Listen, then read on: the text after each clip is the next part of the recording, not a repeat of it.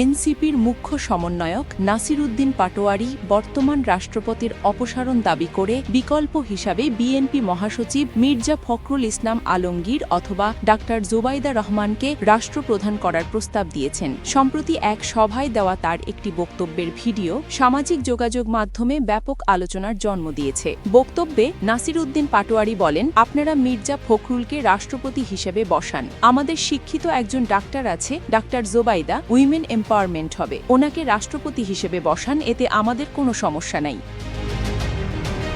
তিনি বর্তমান রাষ্ট্রপতি মোহাম্মদ শাহাবুদ্দিনের তীব্র সমালোচনা করে বলেন, একজন খুনি, চোর, বাটপার এবং ছাত্রলীগের সন্ত্রাসীকে আপনারা রাষ্ট্রপতি বানিয়েছেন, এটি মেনে নেওয়া হবে না। তার মতে, বর্তমান রাষ্ট্রপতির পদে থাকা ব্যক্তি ছাত্র জনতার আকাঙ্ক্ষার পরিপন্থী এবং বিতর্কিত। নাসির উদ্দিন পাটোয়ারি আরও উল্লেখ করেন যে দেশের বর্তমান প্রেক্ষাপটে গ্রহণযোগ্য এবং স্বচ্ছ ভাবমূর্তির কাউকে এই শীর্ষ পদে বসানো জরুরি। ডাক্তার জোবাইদা রহমানকে নারী ক্ষমতায়নের প্রতীক হিসেবে এবং মির্জা ফখরুলকে একজন অভিজ্ঞ রাজনীতিবিদ হিসেবে তিনি এই পদের যোগ্য মনে করেন।